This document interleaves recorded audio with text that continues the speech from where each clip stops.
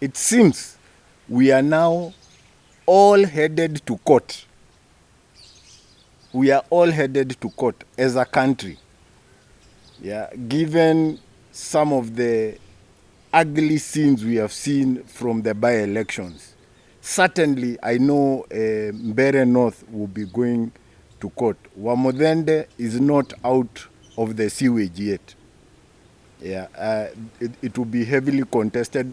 You might have already seen from your various information channels that there's serious dispute.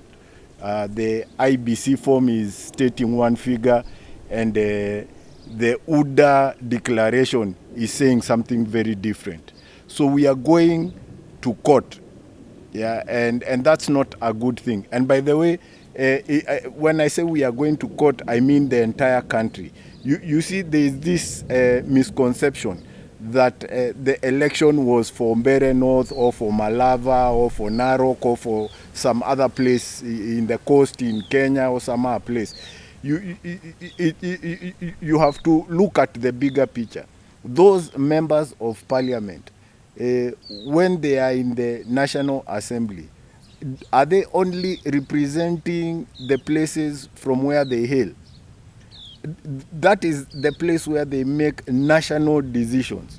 Yeah, when they try to pass illegal laws, like they tried to sanction the indigenous seeds, so that now we could not. And I thank God, because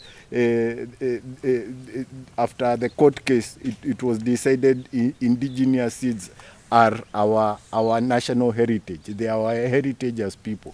And some other illegal things. When they allow the government to borrow, even without that having been passed in parliament, when they impeach a deputy president falsely, yeah, for false reasons, for purely political expediency, yeah, who is doing that? It is these very people that we are electing. So the by-elections concerns all of us. Yeah, even if it's an MCA, we are always night and day complaining how counties are mismanaging. And if one county is mismanaging funds, believe you me, it becomes contagious. It's now not just contagious, it's rampant across all the counties. Why? Because of MCAs. So every single by-election that happened yesterday concerns us, all of us as Kenyans. Yeah, and it behoves you to get more interested. Yeah, to pay keener attention. Don't let the colonizers of our land right now have a field day because you're not interested, because you are not called to politics. You may not be called to politics, but yeah, when the bills are passed, when mismanage happens, it doesn't matter which sector, which mountain you are called to. Yeah, it is going to affect you. Now, having said that, I looked at the information that was coming out largely from social media, because if you noted yesterday, none of the traditional mainline media houses were televising anything live. Yeah, it seems I know there was the communications authority directive not to televise live chaos, but elections isn't chaos, or at least it's not expected to be chaos. Yeah, it seems the government, the current, I hate calling it government, the current colonizers are using a very strong arm even against those media houses. So anyway, I looked at the whatever was being televised. We saw Panyako, his hotel being attacked. Goons looking for him, possibly to end his life. We saw his driver was hurt. I think the police shot at his car, something like that. We saw Governor Natembea being arrested, and Panyako also was arrested. And we saw various, we saw the CS Ruku in Embu, Mbeere North, publicly accosting a returning officer.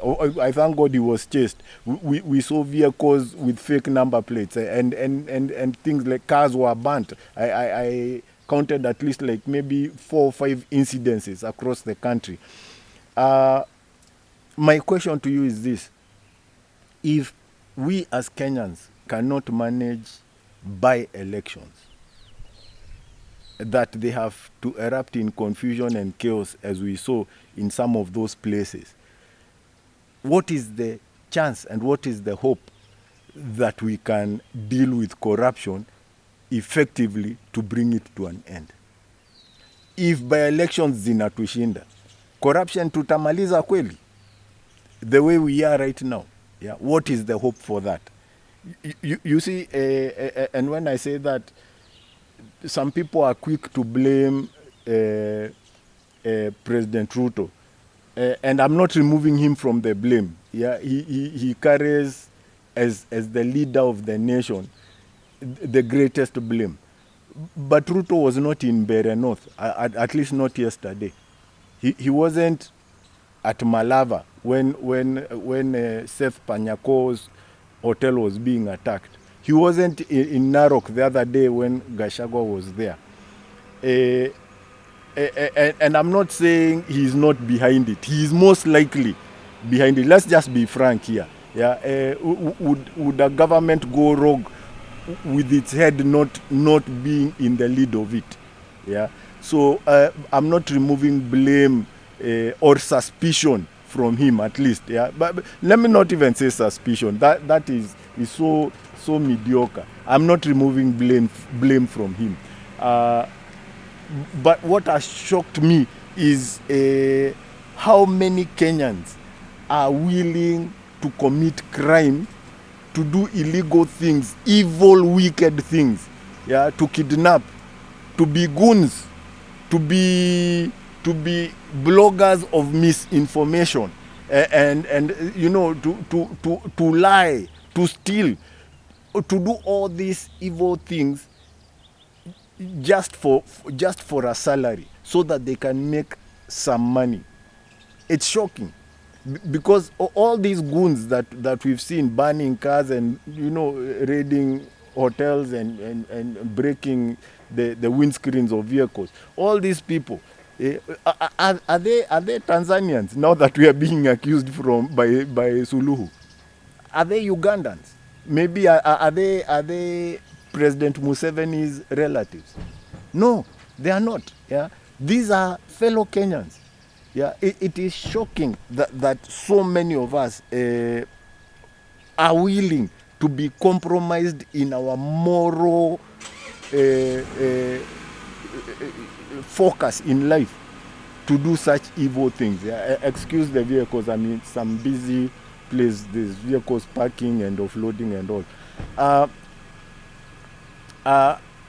You see, when I look at our situation right now, I can say as Kenyans, when we elected the current regime in 2022, we got what we deserve. We got what we deserve as Kenyans. Yeah, right up to the president. Yeah, so let's not try and blame anybody. God gave us what we deserve. Just look, yeah, Kenyans, and I'm not removing myself from it. I'm not admitting to any evil or crime. Obviously, there's a remnant in Kenya, but what are the characters that we have seen of late in public? What are the manifestations? Thieves, yeah, thieves, stealing, yeah. We just had several billion, is it 300 billion or so, has disappeared from central bank. How is that even possible? Thieves, yeah, violent, yeah, and I don't need, you've seen all the violence, even with the by-election right now, yeah. Witches, people are involved in occultism, sacrifices, shakaholas, yeah, they are all over. Liars. That's the manifestation as Kenyans. If just take the picture of you sitting with God in the skies and looking down and seeing the characters. We are liars, yeah. We are murderers. We are self-seekers. And when I say self-seekers, now you're an OCPD or an OCS. You've been given an illegal order to cooperate with goons, and you say I'm protecting my career, or hiyo mshahara ni important nisomeshe watoto. You are a self-seeker, a traitor to the nation. Yeah, we are immoral. We've seen even female leaders throwing their modendes in public. Surely, yeah. And I'm not removing even the place of the picture that we are seeing from the church itself. Yeah, the moral pillar that the church should be for the nation. Yeah, what have we seen with pastors? All those things plus many other worse things. Yeah, so in 2022 we got what we deserved. Yeah, we got a president who depicts all our moral depravity as our nation. Yeah, and not just a president, a leadership. Yeah, including the party. That's what we seen yesterday during the by-elections. Yeah, now the seed. Yesterday I did a video and I told you people that the government, the current regime of colonizers, is sowing a seed. They are in their kitchen garden and they were sowing a seed. I'm afraid to report that the seed they sowed is not a good seed. Yeah. The Ruto regime, in my estimation, when I look at it, because now we are going with this Modenda thing and possibly other things, Uda is shameless. They'll probably try and challenge some of the other by-elections also. As a revenge tactic, as a posturing, as trying to show themselves in control, and all the other kind of rubbish they'll try and put out there with their bloggers also. The seed they are sowing is of, if not immediate violence, deep discontentment. And that deep discontentment, the end of it, the way I see it, is the removal of this regime. And personally, I am convinced that it may not be in the envisioned way that the Constitution envisions the transition of a regime. That one, digest for yourself. Now, the church itself, it has failed. And I'm not removing myself from the church. I'm a believer in Jesus Christ. I attend a regular church with a nice man of God, pastor. I'm not, and I'm not trying to exit myself from the church, but the church itself has failed. Why am I saying that? You see, the church is the moral compass for this nation. And if the manifestation, the character of the nation is depicting thieves, it is depicting murderers, it is depicting immorality of every nature, liars, witchcraft, and the occult, all that, yeah. What moral compass is influencing the majority of us? You just need to open any social media and see. Yeah, the level of influence of true biblical faith is very minimal.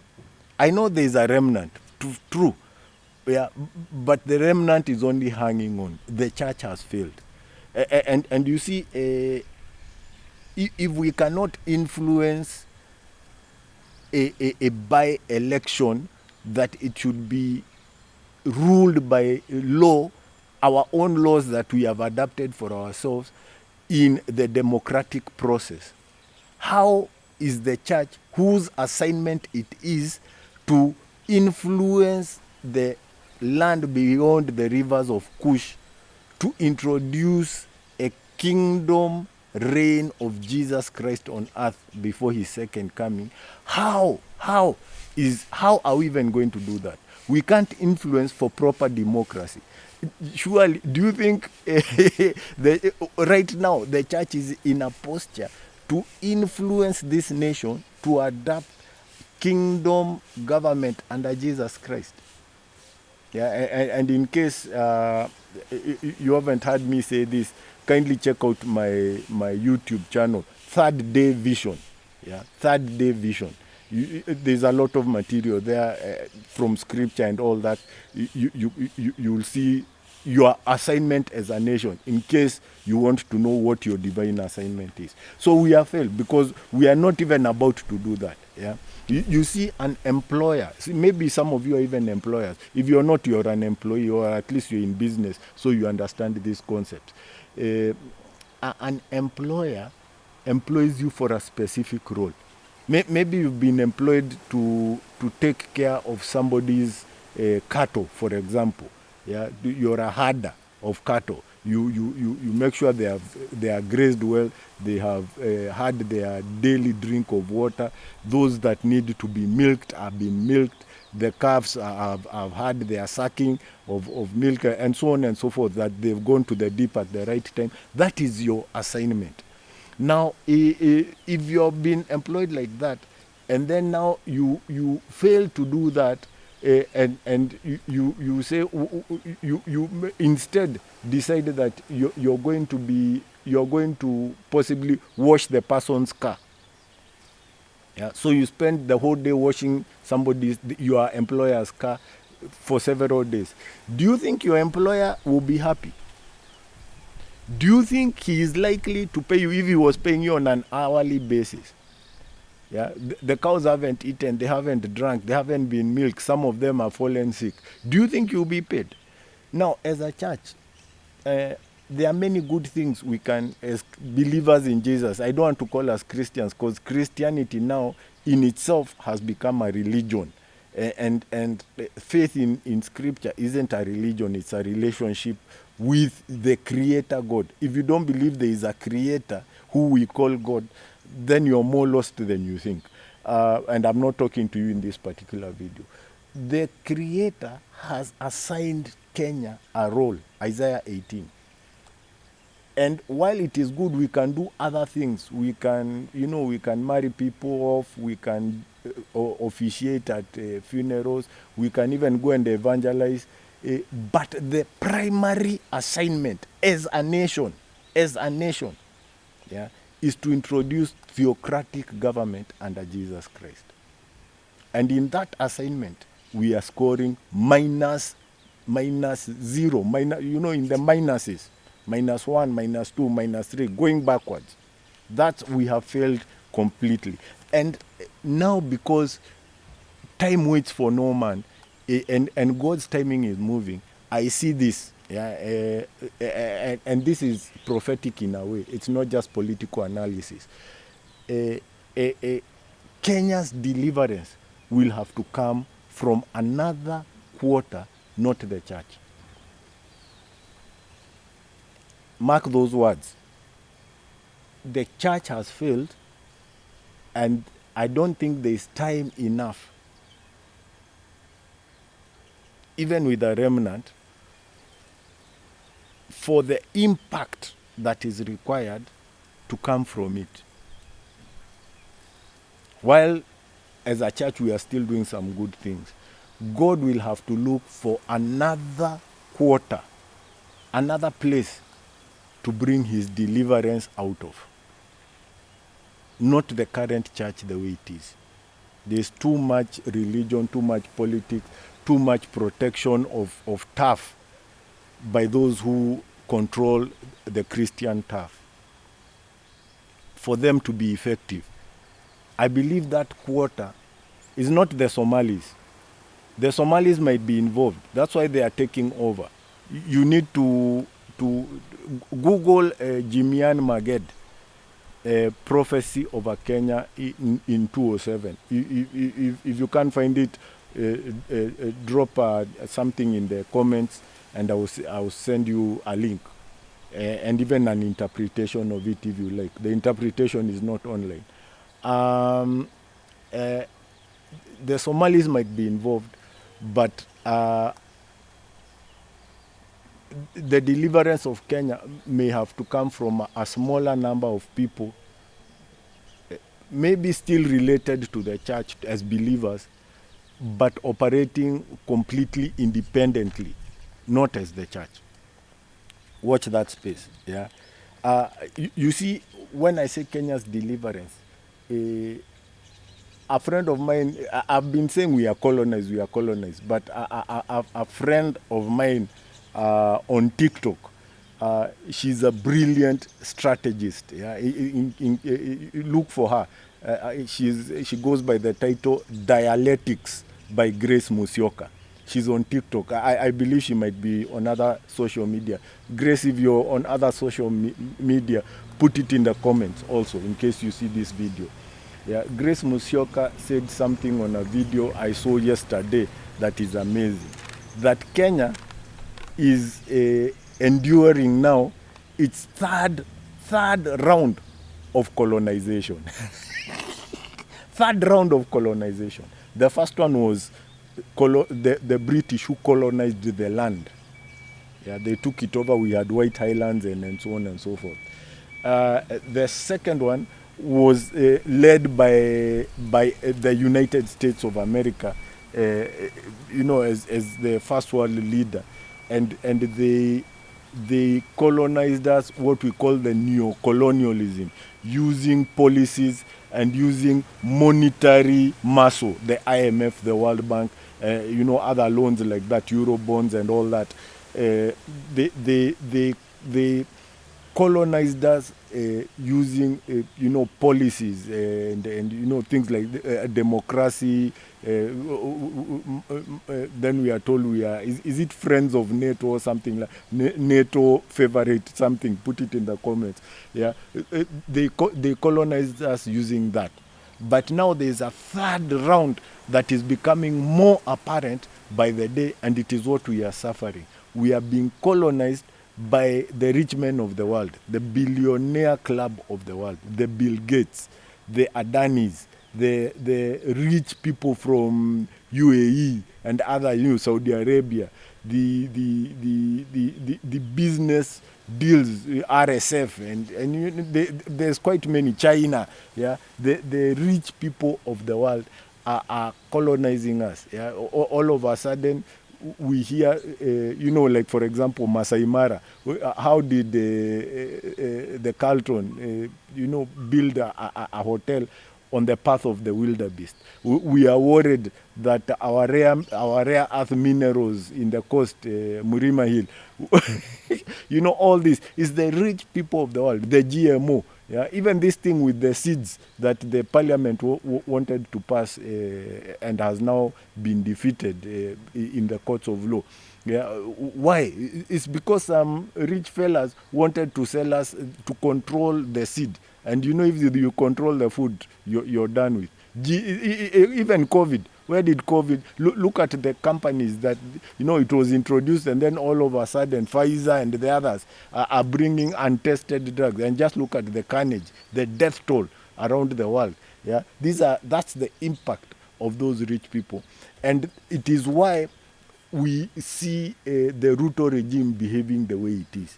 Yeah, because the one major mistake, it's not the only one, but the one major mistake they did is instead of dealing with corruption and so as to free finances to run our economy, they opted to go and look for money out there to borrow so that they can run our economy.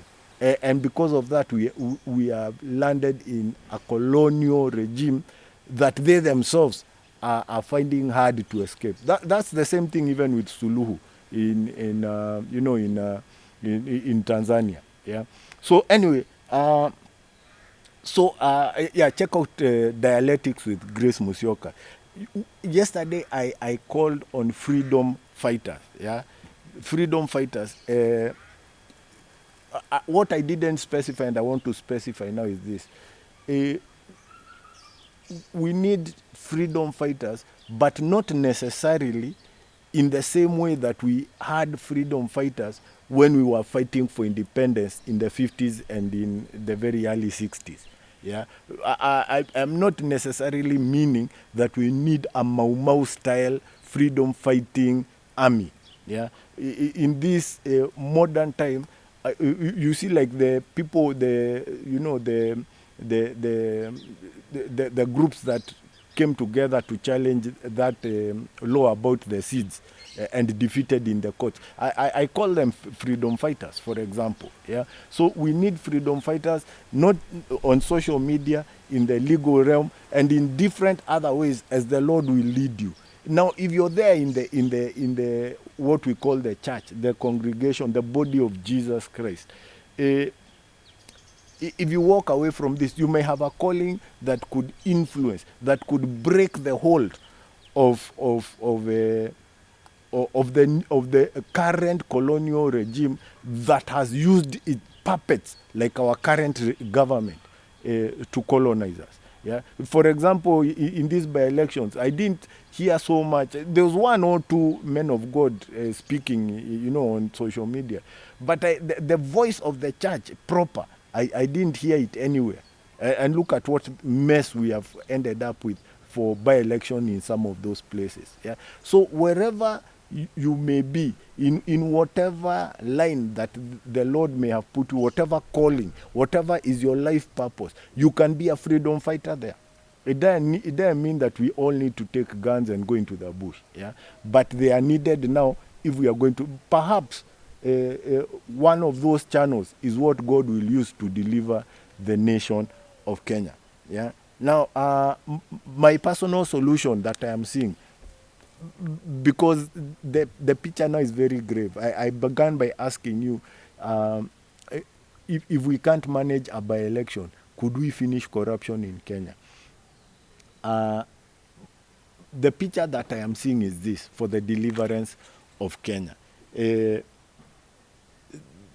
When we get a genuine leadership, and I don't believe it is far away, I believe it's between now and the next election, 2027. However, that election may not manifest exactly how we have traditionally seen them, but that's discussion for another day as we come closer and as the Lord reveals more. The regime, we will know, let me put it like this, you will know that we have the right regime in Kenya for our deliverance from colonialism if that regime takes some of the steps that I'm suggesting. Number one, we need a state of emergency declared. Yeah, you see, corruption, state capture, the disregard for law that we have seen even now and on a daily basis, it is an existential threat to the continuation of our nation as we know it. Existential threat is a threat which, if it manifests, will terminate the continuity of the thing that is threatened. So the current state capture, this current colonial regime and state that we are enduring as Kenyans is an existential threat. Corruption cannot go on forever. Things like nepotism cannot go on forever. At some point, it may result in greater violence. And nations have broken up. Somalia, our neighbor here, yeah, it imploded on itself because of some of the decisions their leadership made. Yemen, yeah, Sudan, the republic, where now RSF is busy slaughtering the Negroes. Yeah. So nations have imploded like that. Some may be influenced by the West, like Libya, for example, in Gaddafi's time. But unless we have Ibrahim Traores and so on and so forth, and they need to come in and declare a state of emergency against the current colonial system of rulership of our nation. Yeah. The laws as they are in Kenya right now, the Supreme Court and all the others, the Constitution and the laws, if we say we will prosecute offenders using that law, we will go nowhere. Look at just the corruption cases. So what is required? We need a court-martial system, a military court-martial. After all, the threat is existential. And that's why we have a KDF, to ensure we are protected from any threat that could destroy our nation. So this is one threat, and we need to prosecute the criminals, the perpetrators of the things that we are witnessing on a day-to-day basis, as enemies of the nation, as those who are hell-bent to destroy us, in a military court-martial. Yeah, we need that state of emergency. The way I see it, needs to suspend, and these are heavy things. I'm not saying them lightly. Yeah, but you take time and meditate on this and see. If we just have an election in 2027, and we have another regime coming in of whoever, and they have to follow the laws as we see them now, first of all, corruption won't go anywhere. Even if they try to arrest people, they will be defeated, blocked, delayed. Their efforts will be impotent by use of the law and many sharp lawyers that can be found. So what is required is a state of emergency that suspends the Constitution and the laws as we know them, at least those that appertain to things like corruption and politics. Yeah, the civic laws can continue those ones. Yeah, so we need that state where, and I'm not calling for mass bloodshed, but personally, some people must be executed. Yeah, an eye for an eye, a limb for a limb. Some people must be executed in that court-martial. Yeah, and I'm not missing words. Executions must be there to drive the point home, because this nation, Malituko, I cheat you not, we are not going to turn because of a good preaching somewhere or because of a good political speech somewhere. No. Yeah, that Singapore we are being told about, people were executed. Check out the history of it. Yeah, we need people jailed, and others, based on merit and all, others in house arrest and others in committee, prison. Yeah, and we need the full recovery of everything that was stolen. In my mind, we can't go back too far. Because if we go to, for example, we can't go back to 1963. It will become difficult. Maybe we can go back for select cases. People who took, lands, tracts of land, the size of a district, they need to be recovered. Select cases, yes. Yeah.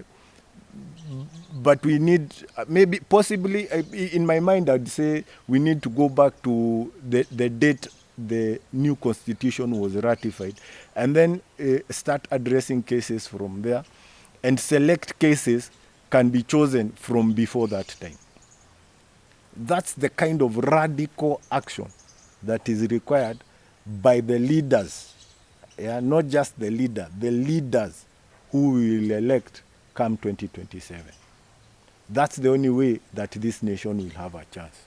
So reflect on that as we wait to see the Mudende and the Karish thing and any others that may be taken, to the court to decide.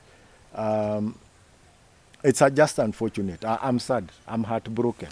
Yeah, and we need as Kenyans to address those things, not wait for 2027 to cause more violence and more bloodshed. Yeah.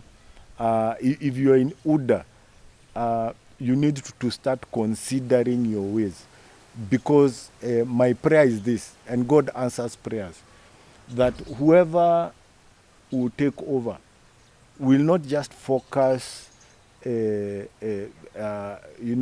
court cases on the top leadership, but that they will pick every single person at the level that they did and address them in processes as I have just mentioned. Reflect on these few things as we see what is in store for us as a nation the next few days. Let me leave you there. Keep praying for Kenya. Pray for East Africa. God bless you. Shalom.